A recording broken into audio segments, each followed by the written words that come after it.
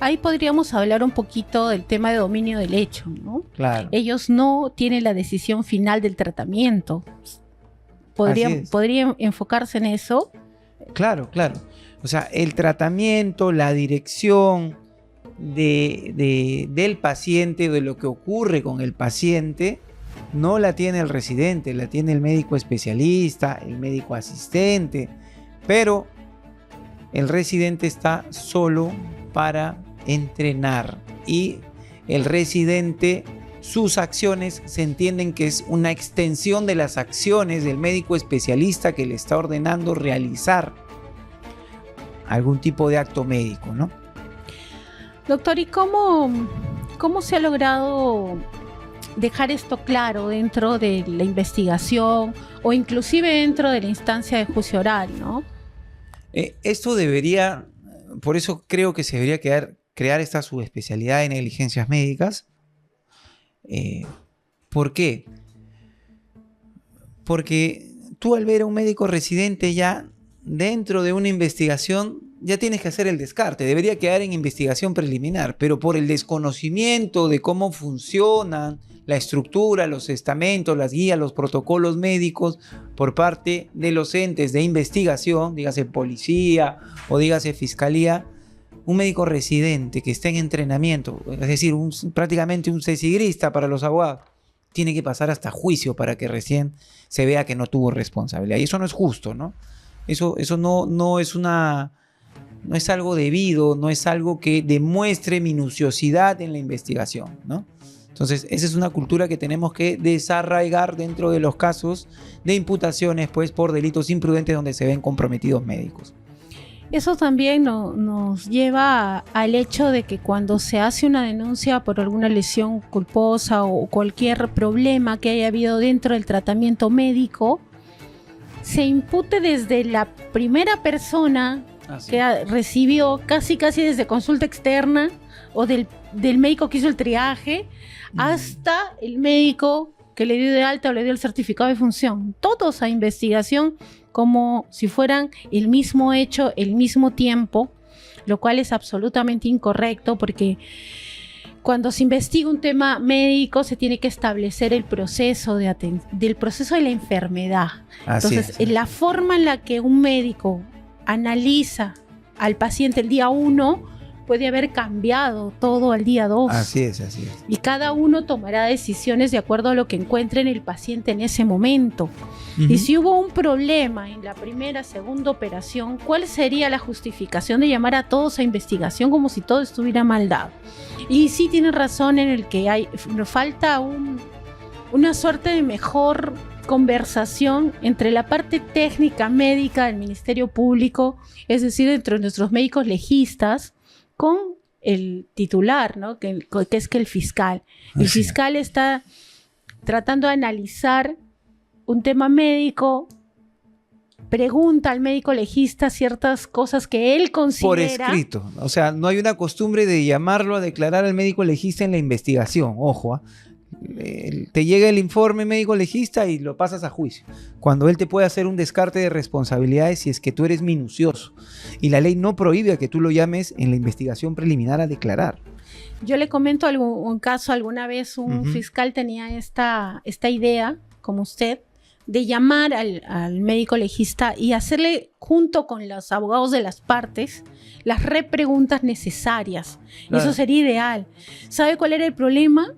Tiempo para nuestro médico legista para poder acudir, porque ellos también están, pero hasta aquí de documentación y postfactos. Tuve la oportunidad de hablar con uno, reciben un mínimo de 40 personas diarias, o sea, muy aparte de los informes que tienen que hacer. Claro, y ya estamos hablando de historias clínicas así, historias clínicas incompletas, historias clínicas ilegibles, historias clínicas en desorden. Claro. Que a mí siempre me he quedado con esa duda de cómo hacen para desordenar la historia clínica y enviarla sin correlación alguna.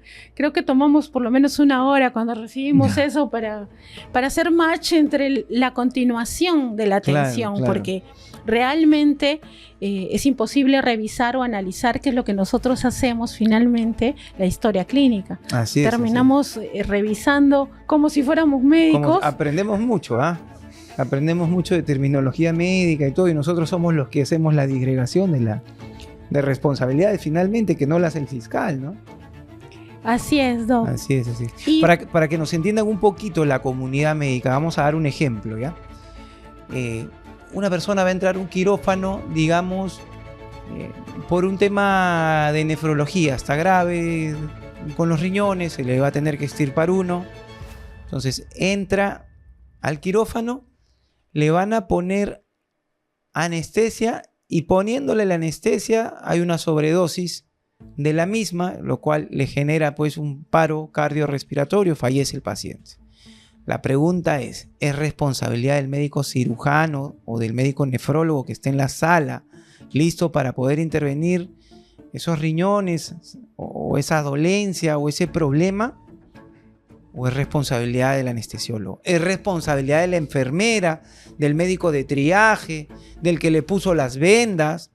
¿Quién ordenó? Es responsabilidad. Lo que pasa, y quiero que entiendan, esto dirigido a la comunidad médica, es que Fiscalía mete a todos en el mismo saco y los investiga. Hay que decirlo así y esa es la verdad. Y eso es una costumbre que tenemos que desarraigar.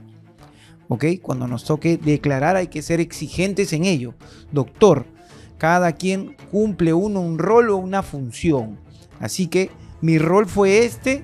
No tengo ningún tipo de relación con lo que se suscitó o causó la muerte o causó la lesión. Eso es algo que se tiene que aprender. Los abogados y los médicos tenemos que generar esta costumbre de que sea minuciosa la investigación y por así decirlo, se disgregue, se desmenuce las responsabilidades, el índice de responsabilidades de quien finalmente tuvo la última decisión que causó el daño, ¿no? Porque sí hay casos donde se causan daños, pero no todas las personas que han estado rodeando al presidente merecen ser investigadas o pasar el viacrucis de una investigación o un proceso penal. Eso también ayudaría, doctor, a que se pueda centrar la imputación. Porque ¿qué pasa cuando yo comienzo a investigar desde quien ordenó el primer procedimiento hasta el fallecimiento del paciente? Que tengo muchas preguntas que son intrascendentes para el hecho.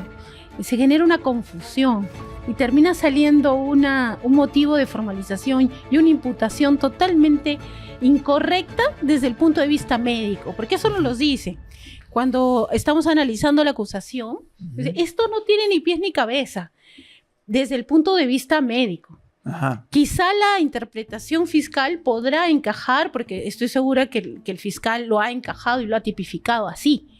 Pero lo cierto es que la ciencia dice lo contrario. Y eso es producto que estoy analizando demasiados hechos, cuando tendría que centrarme en uno, dos o tres.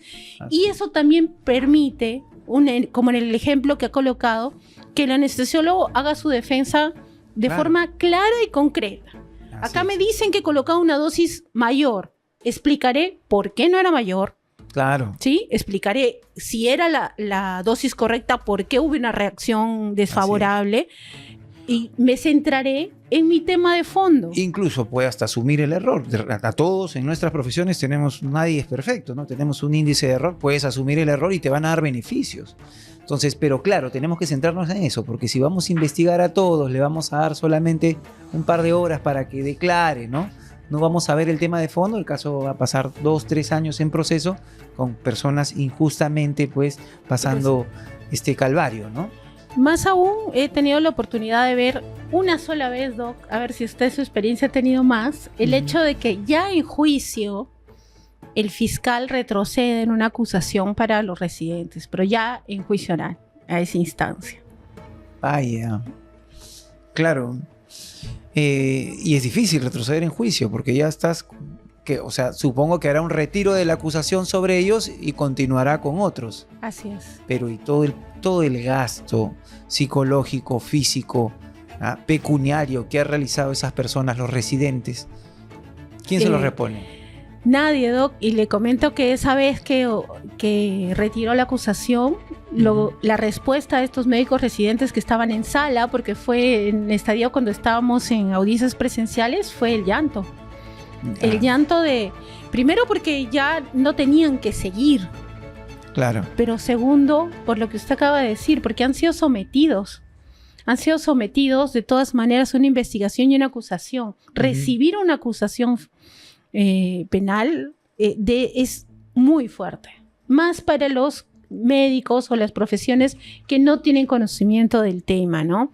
Se sienten muy, muy inquietos, puede tener un antes y un después de una investigación. Sí, sí.